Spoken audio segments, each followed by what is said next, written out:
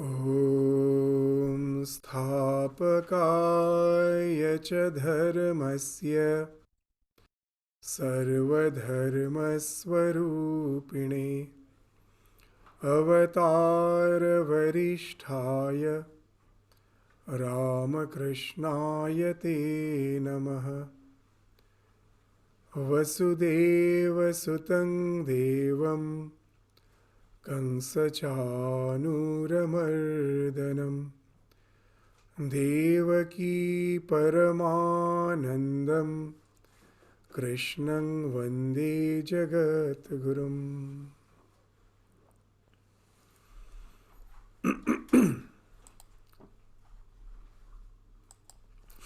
So in the last class, we were studying the 16th, 17th and the 18th slokas of the 4th chapter of Shrimad Bhagavad Gita, which deals with the concept of action in inaction and inaction in action. Just we read the slokas quickly.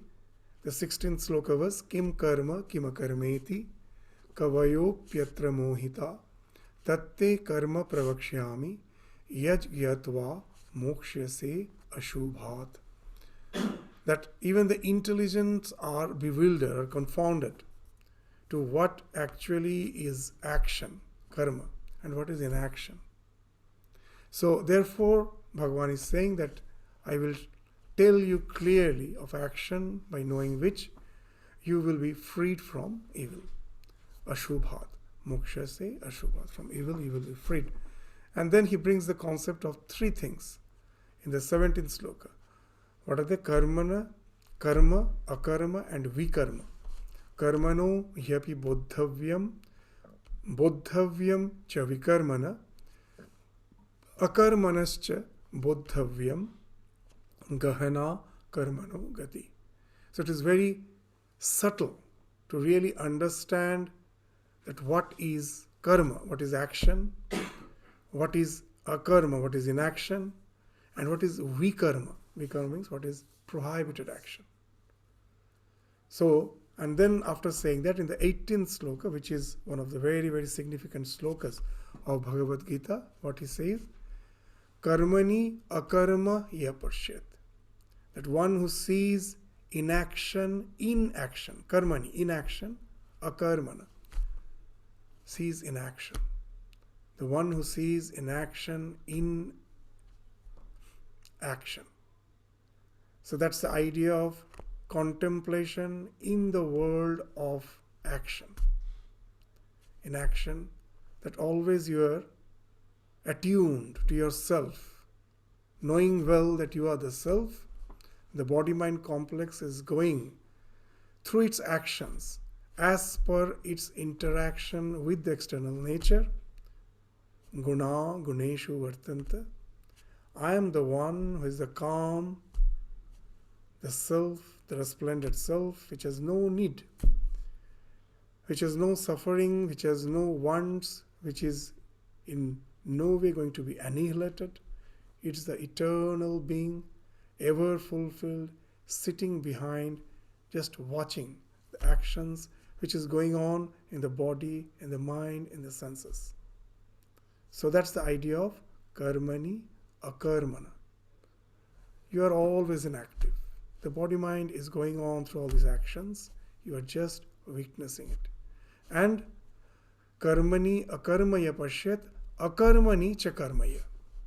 And sometimes we willfully resort to inaction, thinking that action is entangling me. It's too much of challenge. It entangles me. It never allows me to be at peace with myself. So why to go on with the actions? Let me relinquish the action. And then you will find that you cannot stop the action.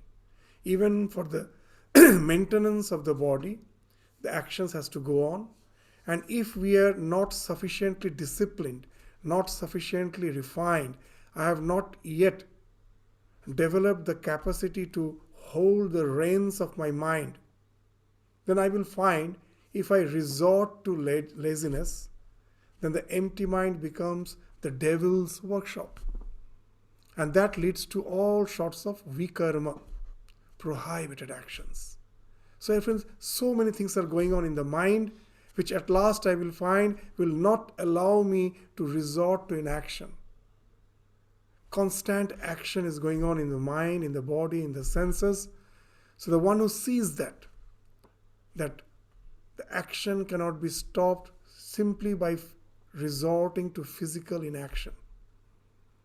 It goes on in another form, in a more intense way. So the one who knows this, then what is saying? Sa buddhiman manushyashu. He is the wise one.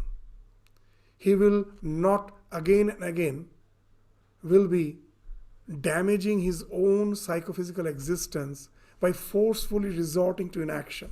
That's why he is buddhiman. He has learned the art. He can allow the body-mind to go on in its engagements as per the time, as per the circumstances in which it is placed in, but at the same time maintain the calmness, knowing very well that it is in no way association with the body-mind complex. I am always holding unto the Lord, my Paramatma, the essence of my being. So as Sri Ramakrishna used to say, as long as you have your responsibilities in one hand, hold on to the Lord. With another hand, go on doing your actions. So never give both your hands to the action. In one hand, hold on to the Lord. With the other hand, then let the actions goes on. And then you can maintain that attitude of karmani akarma. That though the actions are going on, you can still enjoy the calmness of the inner being, of the core of your being, which is never disturbed. So that's the idea of karmani akarma. The one who has known this art, he is buddhiman. He is the one who is intelligent. Manusheshu, among all the human beings. Sayukta. So though apparently he may be as if engaged in actions, but he is yukta. Yukta means he is a yogi. He is always associated with the divine. Yukta means connected. Nothing can in any way make him forget about the essence of his being, that he is in essence the supreme being, the Paramatma. That nothing can make him forget of that. He is always in unification with the soul. So that's why he is Yukta. And he is Kritsna Karma Krit. So he is the master of all actions. The actions in no way rules over him. He is the one who is holding the reins of all the actions which he is doing. They can in no way sway him. They can in no way disturb him. In no way can influence him. So that's the idea. So it's not something to run away from the turmoil of action. You have to face the brutes. Face the brutes, and you, with full courage, knowing well that nothing can annihilate you, nothing can disturb you. You are after all the self. Everything else is just the happening. It is just like a band party passing in front of the street. You are just witnessing it. So that's the idea which was spoken of. Now this idea of akarma, inaction, karmani akarmana, will be elaborated from the 19th to the 23rd sloka of this same chapter, of this 4th chapter, which we will proceed. So the 19th sloka, what did it say? Yasya sarve samarambha kama sankalpa varjitaha jnanagni dagdha karmanam tamahu panditam buddhaha. Yasya sarve samarambha. Samarambha. So all the undertakings.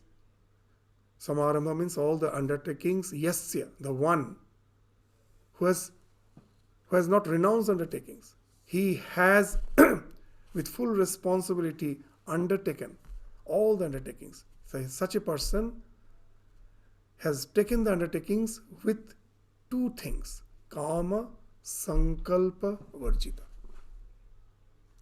Without the desire, without sankalpa. These are the two technical words. What is kama? What is sankalpa? The sankalpa actually speaks of the self-will. I will do this, I will do that. This is my next thing which is just waiting for me to be undertaken. All these resolutions speaks of sankalpa. I am taking resolution. I will do this, I will do that. Kama, the desire, that after doing this, what are the results? They are waiting for me. I will enjoy them. So this is the kama and the sankalpa. Self-will and the hankering for the results. We will elaborate on these 2 points. These are the 2 things which are the only cause of our bondage, nothing else. Kama and sankalpa. That we are bound to this physical plane of existence only because of these 2 factors. Kama and sankalpa, which in another term, in another way to express it is bhoktritva and kartritva. I always think that all the actions which I do and the results which I incur, I enjoy them. The bhoktritva, the sense of bhoga. And the kartritva, I am the one who am doing it. I am the karta, I am the doer. These are the 2 causes of bondage. And very interesting, Swami Vivekananda in the West again and again was saying that we encourage the advancement of science. The more the science is advanced, we will find that the pillars of Vedanta, instead of getting shattered, will be more strongly established. Only all the wrong understandings, the superstitions, they will be washed off. But the essence of Vedanta will shine forth. And we will find in modern psychology how again and again they are explaining the same fact, that I am not the karta, I am not the bhokta. We will come to that discussion. We came to that discussion again and again, and we will, because when I say that I am not the doer, I am not the enjoyer, it's because mere words. We feel, how can it be? I am the doer, I am the enjoyer. But if we really dive deep within our psyche, we will find that we are neither the doer, we are not the enjoyer. That's the thing Vedanta has declared so many ages ago, which in the modern science we are finding the echo of it. So, Jnanagni, for such a person, the knowledge that ensues from this understanding that you are neither the karta nor the bhokta, that you are the self, this jnana, the fire of this knowledge will burn off all your latent samskaras. Dagdha karmanam. That whenever you do action, that creates a tendency to do it again and again. Some desire leads to action that creates a samskara, a latent impression in the mind. It is saved in your psyche, it's never lost. Again, this favorable circumstance comes, that again forces you, almost insists you to repeat that action again and again. So this samskara resulting in action, repeated action, this impression is totally burnt off. Just like a seed. A seed may appear to be dead, as if no life is there. But if you give it the proper environment, proper soil, proper fertilizer, you will find it has sprouted. Now, how to find that the seed is live or dead? If the seed is roasted and the seed is live, both look same. Now, the roasted seed won't sprout. So, the one who has realized that he is the self, he is not the karta, the bhokta, which are the factors which can be attributed to the nature, not me. He has become like that dagdha vija, like a burned, roasted seed. It's not going to sprout again. That's the idea of jnana dagdha, jnanagni dagdha karmanam. Tamahu panditam vudah. Such a person alone is pandita. The word panda will come, that he is a wise person. He is a wise person who, such a person for whom this idea of kartritva and bhaktritva has fallen off. So now let's go to this sloka gradually. This kama, the idea of what is kama sankalpa varjita. As we told, this word kama and sankalpa is technical term which has been very nicely defined by Madhusudan Saraswati as what? Kama Phala Trishna. What is Kama? The desire for the result of action is Kama. Kama Phala Trishna. Sankalpa Aham Karomi Iti Kartritva Abhimanam is Sankalpa. Aham Karomi. I am the doer of action. So this type of attitude, this type of mental orientation is Sankalpa. So you have to be bereft of both this, Kama and Sankalpa. That's what Kama, Sankalpa, Varjita, to be bereft of that, to get rid of this type of attitude. So how it is possible? That how can I be, that Kama speaks of what? As we told, the desire for the result of action, that speaks of Bhoktritva, that I am the enjoyer. Sankalpa, it speaks of the idea of egocentric attitude, that I am the doer. This speaks of Kartritva. So just now we were saying that I am neither the Karta nor the Bhokta. So in modern psychology also, as we were telling, that wonderfully they will show you that you are neither the Karta nor the Bhokta. First, let us take this Bhokta. Really, am I the enjoyer?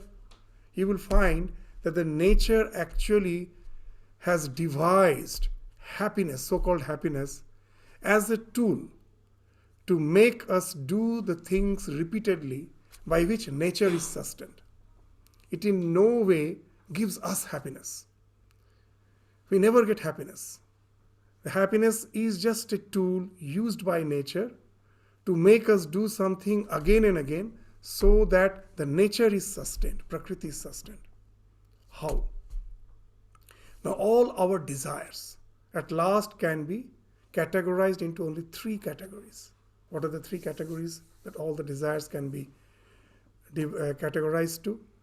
And very nicely in our Vedanta, it has been spoken of as three types of Aishana.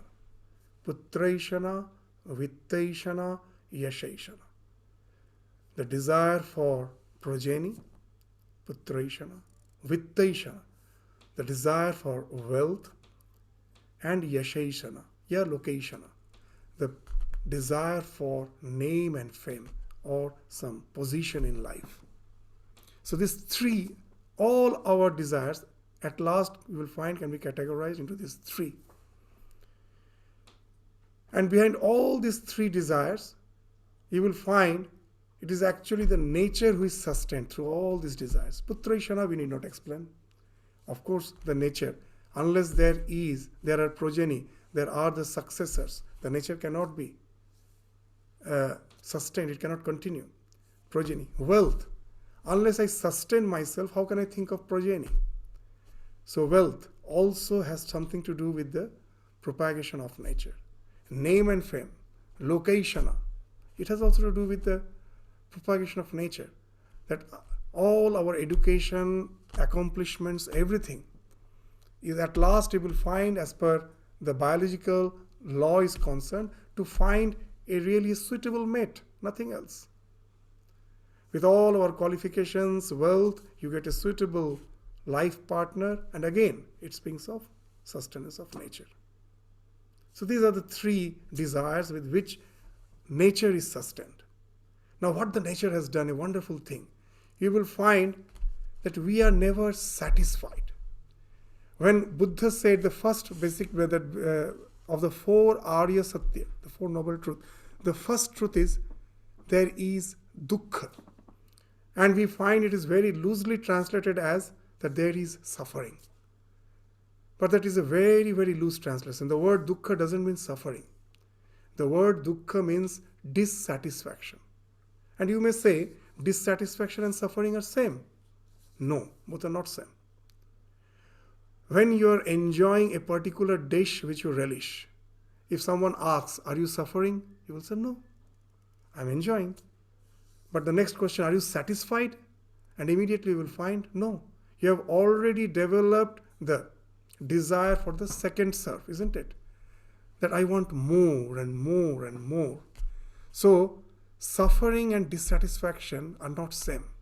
That I may not be suffering, but I am not satisfied.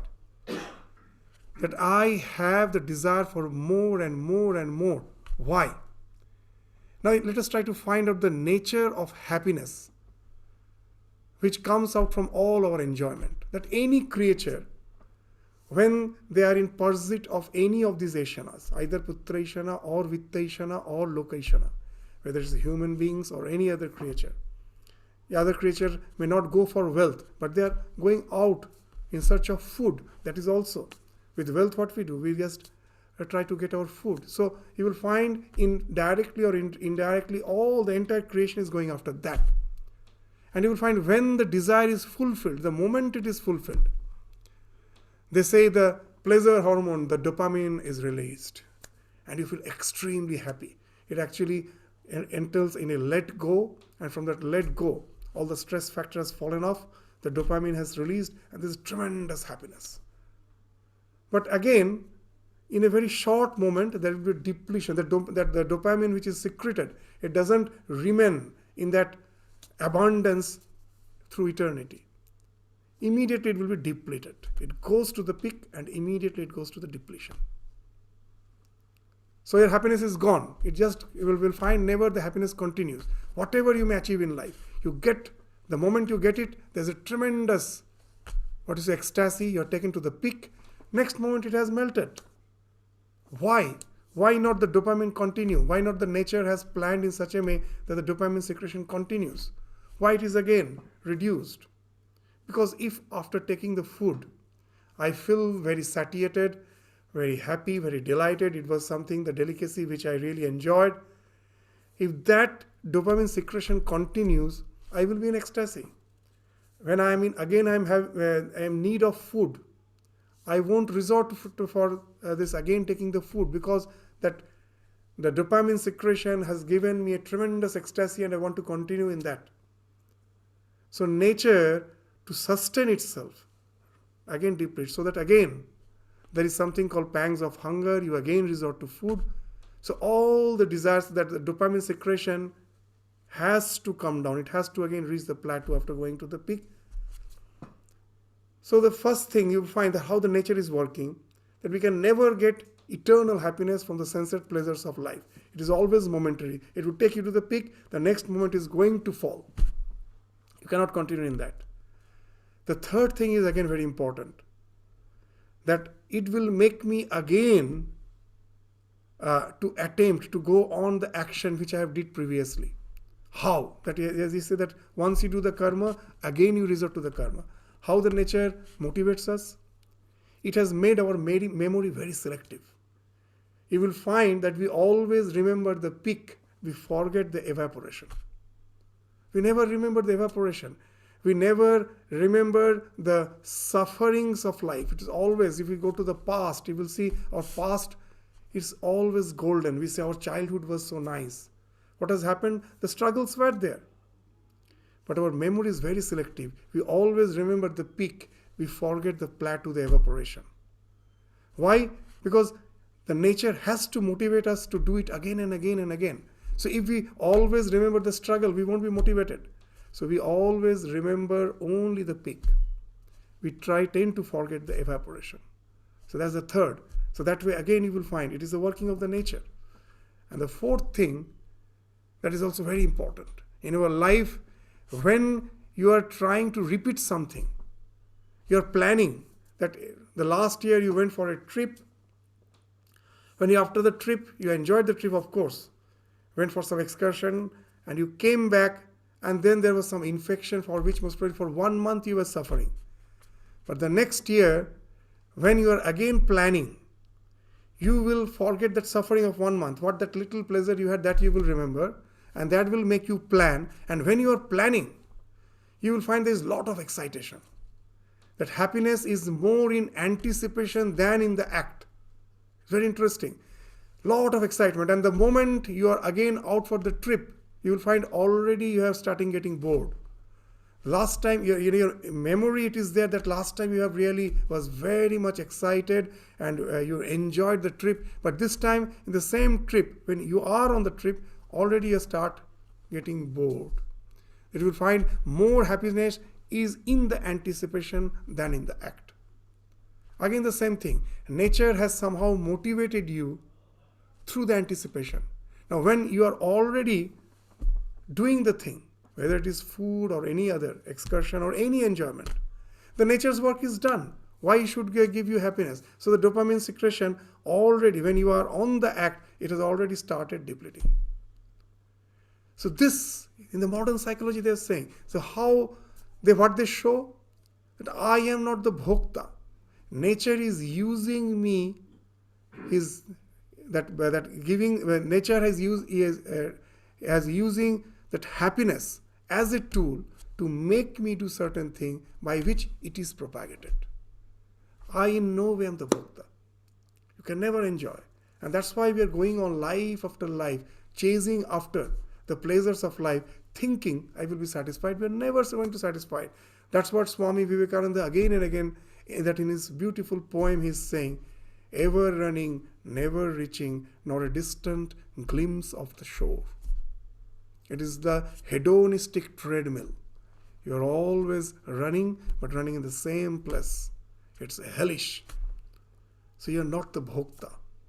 This we understand, that we can never, however we may try, however wealth we may accrue, however positions in life we may be established in, name, fame, it's never going to give us the permanent joy which we are in search of. And then karta, am I the karta? Again in the modern psychology, I won't go to the full details. There's a wonderful, interesting subject that I am not the karta. I think I am the karta. There's a famous experiment. It's now considered as a very spooky experiment, but now the reasons have been found out it has been found. What you say that in France, one of the very famous university, there the experiment is something like this, that they say that when I think I am deciding on something, the brain scan shows at least 7 seconds before your conscious decision, the decision has been taken. What the experiment is like? This is Max Planck University. So that the experiment is that suppose there is a button, the moment you press it, there is a monitor which will show the time when you have pressed the button. Now the experiment is very simple experiment. They say that decide whether to press it with your right hand or with the left hand. You decide and immediately you press. So the time which will be displayed, that will show when you have decided. So I decide by right hand and I press, and the time will be shown. So now when this experiment was done, the brain was kept under this MMS scanning, and it has been found invariably in average, the brain has actually decided 7 to 8 seconds earlier than I'm thinking with which finger I'm going to press. It has been decided. So that's why they used to call it a spooky experiment. It's something ghostly, as if there is a ghost behind who is working on my mind, and I am thinking before that, the decision has already been taken.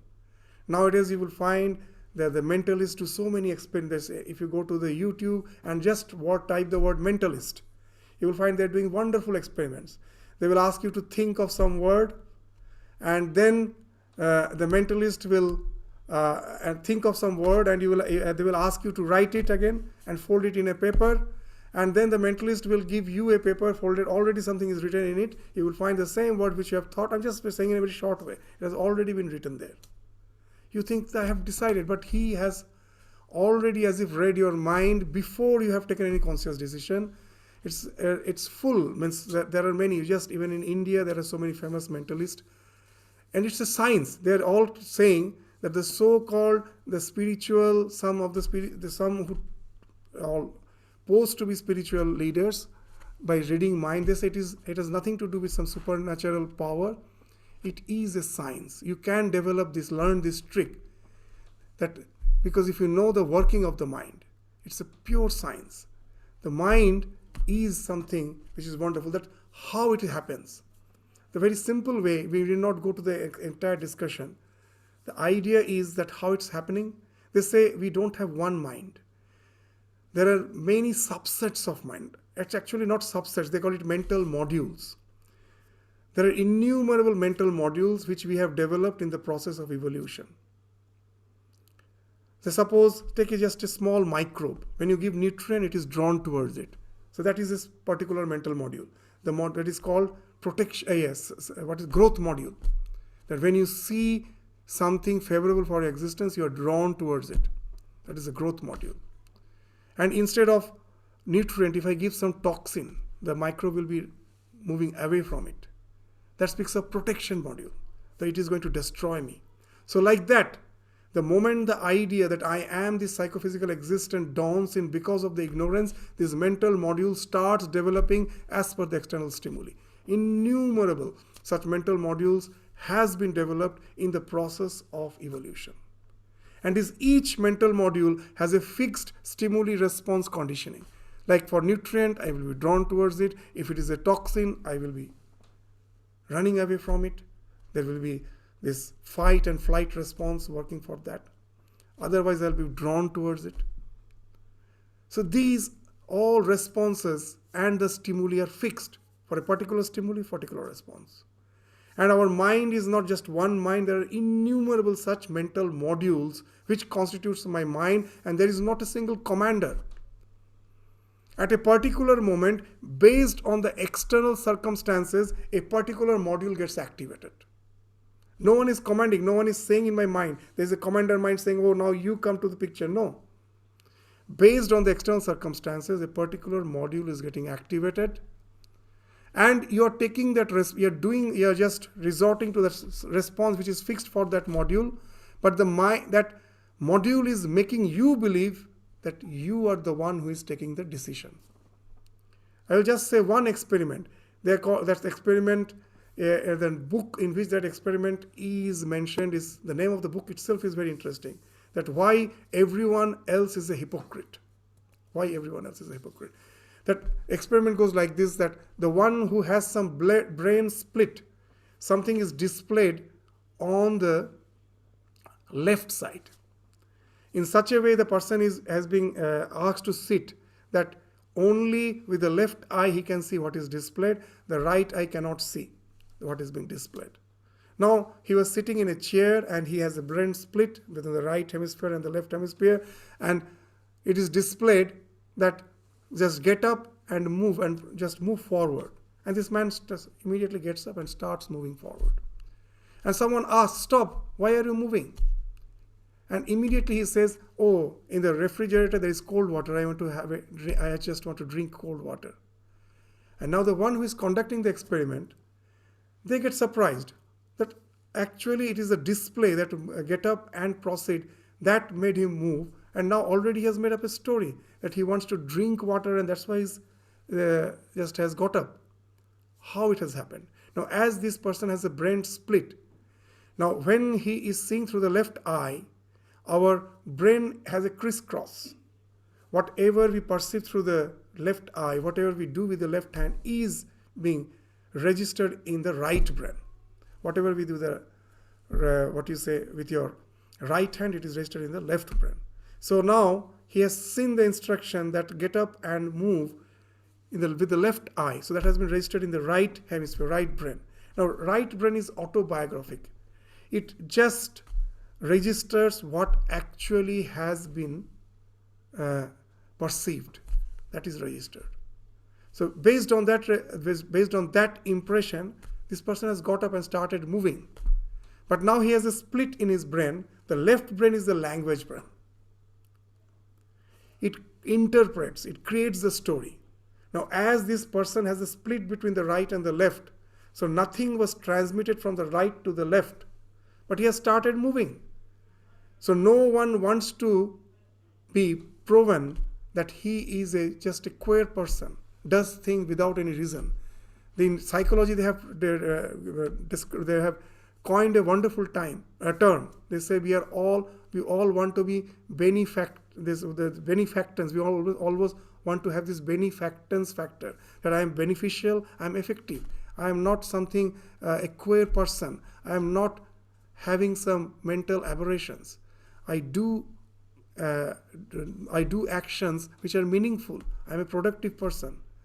So if sometimes your actions cannot be justified, immediately the left will create a language story. And it will make you believe. It will make not only others, it will make you believe that that's the right thing. Now you will understand why fanatics are so fanatic. They all think they are saying the right thing. And when they say, it is not that they're making up story. Means they are making up story, but they don't know. Because their language brain says them what you are saying is correct. In the world, all the fanaticism is because of that language brain, very strong. Our biases, though there is no split in our brain. For this person, there was a surgical split. Because of some health issues, there had to be some surgical split. But for most of us, our biases creates that split. And we create a language. And now we will find from where the idea of kartritva comes. From that language brain, which is a propaganda machine. It doesn't allow you to understand that it is making a propaganda. It makes you believe in that propaganda, as well as it tries to make the world believe in the propaganda. If you open the TV, you see any advertisement, it is just trying to use your mental modules, to stimulate a particular mental module, to make you feel that you have decided to purchase such and such thing. It's all advertisement. So are you the real karta? Again the question comes. It's again the working of the nature. It's the nature. You'll find it is working in such a way which is making you feel you are the karta and you are the bhokta. Now here comes the Vedanta. This mind, this your psychophysical existence, is just like an IC chip. It is dead. The IC chip appears to be just a dead log wood, unless there is a bias voltage which activates it, and then the world of virtual reality is created. Similarly, this nature, which your mind, your body is the product of the nature. They are like that IC chip. It is inactive unless the conscious principle is behind there to activate it. And this world of virtual reality, which we think so palpable, so real, it's after all a world of virtual reality. Even with science, you can understand that. We give that example again and again. A red flower, is it a red flower? No. There is no color outside. Your mind is projecting that color. A particular wavelength of light is touching your eye. The function of light stops there. It's a nervous impulse which is going to your brain. That is projected outside as the redness. There is no red thing outside. So the entire world I am seeing is nothing but the projection of the mind. It is a projector which even the modern science couldn't imitate. You go to a wonderful movie theater where only light and sound are projected. Our mind is a projector where 5 senses are projected. The taste, the touch, the smell, along with light and sound. They're all projected. And this is the world of virtual reality. Why we say it is real? Because the way I see it, you also see it. It is not the ultimate reality. It is a consensus reality. We all consent that yes, this is reality. So this world of virtuality is produced by these mind, senses and everything. And there I feel I am the karta, I am the bhokta. Why it has happened? The conscious principle has activated the IC chip called the mind and the body. Just in the computer, if the entire or modern science gets destroyed, so after 1,000 years someone finds in the just digging the soil some IC chip, they will think it is something dead logwood, or it was some piece of craft with which they decorated the house. They will never understand that it was something with which the world of virtual reality was created. No one will understand. If the entire science gets destroyed after 1,000 years from excavation, if they get the IC chip, what they will understand? It is something as good as a dead log wood. So similarly, this nature is just like the dead log wood. It cannot be in any way activated. It cannot show any expression of life unless the conscious principle, like the bias voltage, is behind that. When it is there, it gets activated. And once it gets activated, it has been programmed in its own way. It is working. The bias voltage is just there without any change, avyaya. It is just the witness. It is in not being affected in any way. It's just the onlooker. So that's the idea you will find, that all these things are the working of the nature. But that nature cannot work unless I am there to, that give it that force, that energy to work. In my presence only it can become active. Plus my presence only is needed, and with which it gets activated. And once it gets activated, it is constantly trying to fool me by saying that you are a part of it. You are also this. So that once I feel I am identified with it, then only the nature can get my consent. So the nature too do all these jumpings. That's why Sri Ramakrishna, now you will find a wonderful example. That Prakriti is like the, the Griha Kartri. In the olden village, he's giving a very nice, funny example. That some festivities going on in a village home, most probably someone's marriage, and the lady of the house is very active. She has all the keys and everything. She's running about, and now and then she comes to whom? To the head male member, the head member, who is just sitting, relaxing, and taking a hookah. He's just smoking a hookah, relaxing. And all the work the house lady is doing, she is running. And now and then she will come and report, oh no, this work has been done, that has to be done, and he will just give a nod, that much. And she is running. So Prakriti is doing the same thing, and the Purusha is sitting and just giving a nod. That's the thing which the Sri Ramakrishna is giving an example. So that's the way the Prakriti and the Purusha is working. So once you realize that it is just your consent with which it is working, you are no way involved in it, then the detachment comes. Then that jnana has evolved. And then the seed, this jnanagni dagdha karmanam. In Sanskrit we use the word kushala. Many have the name kushala. The word kushala has a wonderful meaning. What is dagdha klesha is kushala. Klesha, afflictions. In Yoga Shastra, they speak of pancha klesha, 5 afflictions. Avidya, asmita, raga, dvesha, abhinivesha. Avidya means ignorance. That once I have forgotten my real nature, then I have identified myself with the body-mind complex. Seeing my reflection in the body-mind complex, I think I am the reflection. So this ignorance results in asmita. The moment I take the reflection to be real, that's the ego. The sun getting reflected in each and every wave. That there are thousands of waves, each wave is reflecting that same sun. That's one sun, as reflection is appearing as many. And that's the ego, that reflection in the wave, which makes us identified with the wave. With that asmita comes the other 3 afflictions. Raga, dvesha, abhinivesha. That anything which is favorable for the sustenance of this limited psychophysical existence, I get drawn towards its raga. If it is not favorable, I develop dvesha. I fight. Or if I find it is too powerful, I run away from it. Flight. Abhinivesha. So all our actions, you will find at last, is the motivation factor is these 3. This raga, dvesha, abhinivesha. Either I am drawn towards it, or I respond to it with fight and flight response. Either obsession or fight and flight.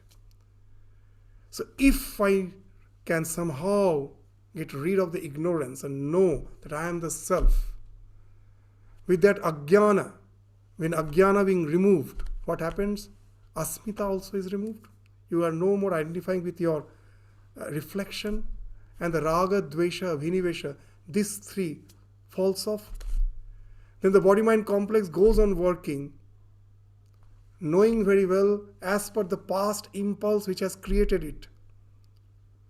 That impulse has to be exhausted. That's the prarabdha. Just the example which we give, that when the fan is revolving, if you want to stop it, you switch off the fan. Does the fan stop immediately? No. It already has its own past momentum. That momentum will force it to revolve for some time till that momentum is exhausted. So our prarabdha, once you go to get that jnana, immediately you're not going to be liberated. Your body-mind will continue through the life in which you have been born.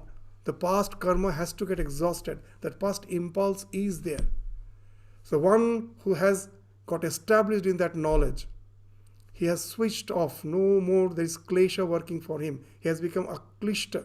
His klesha has been burned. But the past momentum is enabling the motions to go on. The fan is still revolving.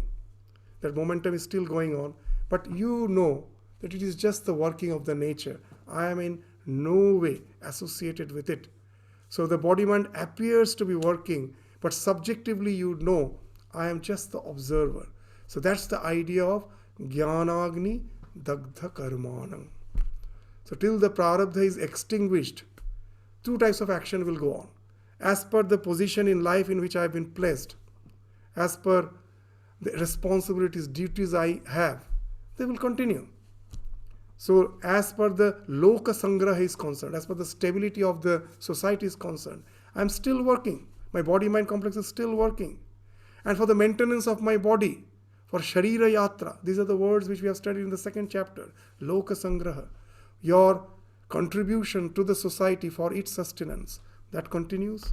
Sharira yatra, for the maintenance, for the bare maintenance of your body, all the little activities that are required, that still continues because of the past momentum. But your connection, you have switched off, that your connection, association with the body-mind complex, by feeling that you are identified with it, has been switched off.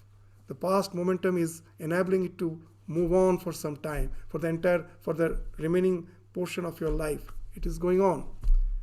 But in no way you are connected with it. So that's the idea of Jnana Agni Dagdha Karmaham. So the one who is such a person, the Mahu Panditang Buddha, no such a person. All the enlightened soul speak of such a person. The wise men speak of such a person as Pandita. The word Pandita again is a technical word. Who is a Pandita? The one who has the knowledge of Panda. Panda means Atman. So he is a Pandita. He is a knower of Atman. Once you are the knower of Atman, you can no way associate it with the psychophysical existence and its projection in the form of actions. It has been cut off because you are now the knower of the Panda. You are the knower of the self. So this is the idea which has been spoken of in the 19th sloka. So now you will find it is the same idea. Karmani akarma is being enumerated in the 19th sloka with the help of the idea that you automatically become kama sankalpa varjita, which follows when jnana, the knowledge of the self, burns off all your latent impressions, and that makes you kama sankalpa varjita, and you become a pandita. You will get established in the self. So that's the idea in the 19th sloka. The 20th sloka, what it says, the idea follows from the 19th sloka. Tyaktva karma phalasangam nitya tripto nirasraya karmanya bhi prabrittopi naiva kinchit karoti sa. Tyaktva karma phala sangam, karma phala asanga. So this, by giving up the attachment towards the action, one who is karma phala, action and the results which accrues from his action, he has given up the attachment towards it, and he is nitya tripto, he is always satisfied. Nothing can torment him, nothing can disturb him. Nitya tripta, nirasraya, he holds on to nothing. He is not holding on to any crutch. I still remember sometimes we also face a lot of problems. Now with the movements of this, sometimes it's very hard to say the same-sex marriage. Someone came and asked me, are you in favor of it or against it? So I was really in a problem, what to say. And we found that this with the church, a lot of problem was going on. All those things were going on. So I was just thinking about it. And then I told in Vedanta, whether it is your so-called normal marriage or same-sex marriage, you are holding on to a crutch. Whether it is marriage or the present, these are also you're calling marriage, both are crutch for me. Our idea is to go beyond all crutch. As long as you need a crutch, Whatever the crutch you wish, you can have, but our idea is to go beyond all this crutch. Nothing to hold on. I am nirasraya, no asraya.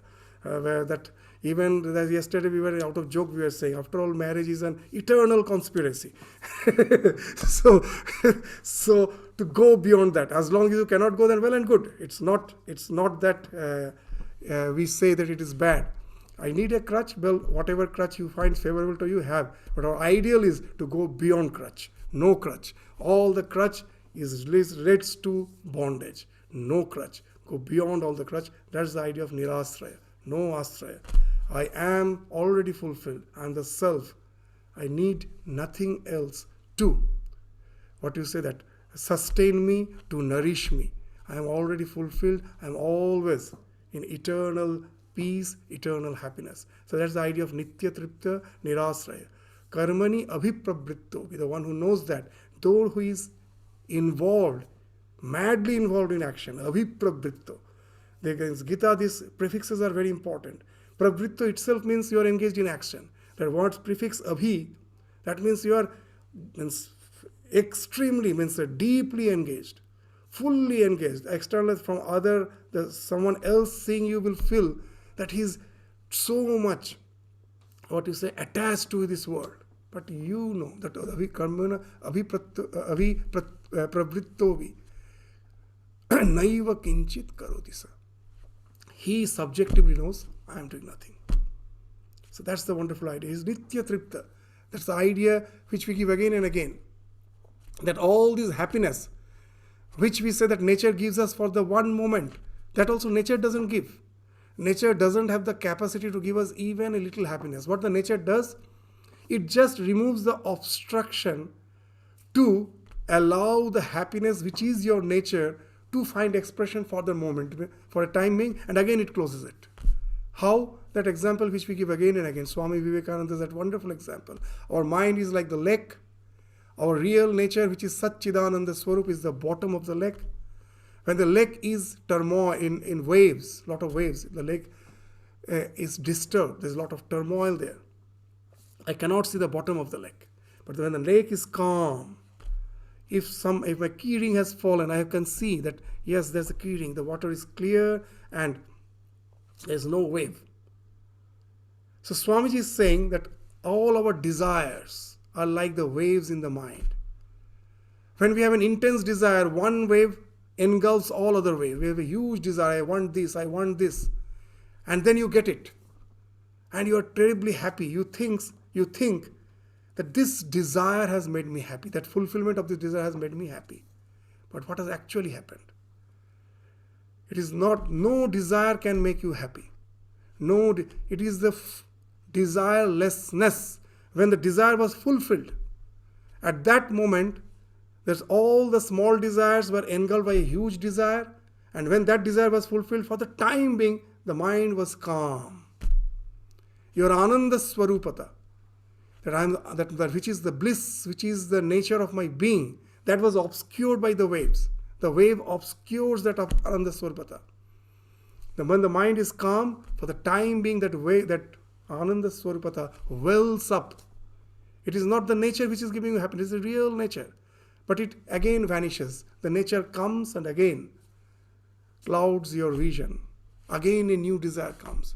Why it's happening? Because we are thinking, because of ignorance, that I am not fulfilled. I need something extraneous of me for my fulfillment. So I'm always in search of happiness outside. If I would have known the real happiness is always within me, no one can take it away, then what would have been my endeavor? To keep my mind calm. So that's why one of the most common word in the Upanishad is dhira. Dhira. Keep the mind calm. Happiness becomes your permanent accomplishment. It is always with you. That it becomes staila dharavat. Just like the pouring of oil from one vessel to another vessel, you will find there is no interruption. It is like the flow of the oil. Your happiness becomes something like that. And that's the idea of nitya tripta. The one for whom the hankering has stopped. The bliss is always there, nitya tripta. He knows that he in essence is the self. Nothing can annihilate him. So he is nirasraya. Why we are always in search of some support? Because I think me alone am not sufficient. I need someone to really have a sense of fulfillment, to have a sense of security, to have enjoyment. So that has fallen off. I know I am the self. I need no asraya. So he becomes nitya triptya nirasraya.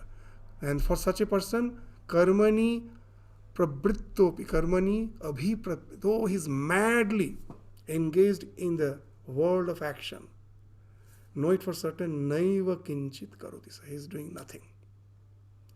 So action is something, a subjective feeling. He knows he is doing. It's just the body-mind complex, because of the prarabdha, is continuing with that mad rush of activity.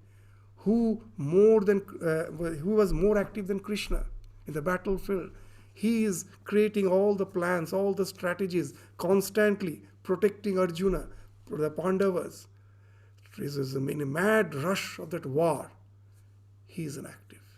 In real sense, he is inactive. So that's the idea. What he is practicing, what he is filling in his own life. He's God, after all, God himself. That he is speaking out in words. That's the thing. His own life is actually the best commentary of the Gita. That though he is inactive, the action, the mad rush of action is going on, but he knows he is in no way acting. It's just the body-mind complex. As per the responsibilities, as per the situation of life, it has been placed with an attitude of seek not, avoid not, it is continuing. So that's the idea in the 20th sloka. So we will find another 3 slokas will be continuing in this same line to give that idea of karmani, akarmana. So this 21, 22nd, 21st, 22nd and the 23rd sloka, again we will take up in the next class. So with this, we stop our discussion today. Thank you all. Namaskar.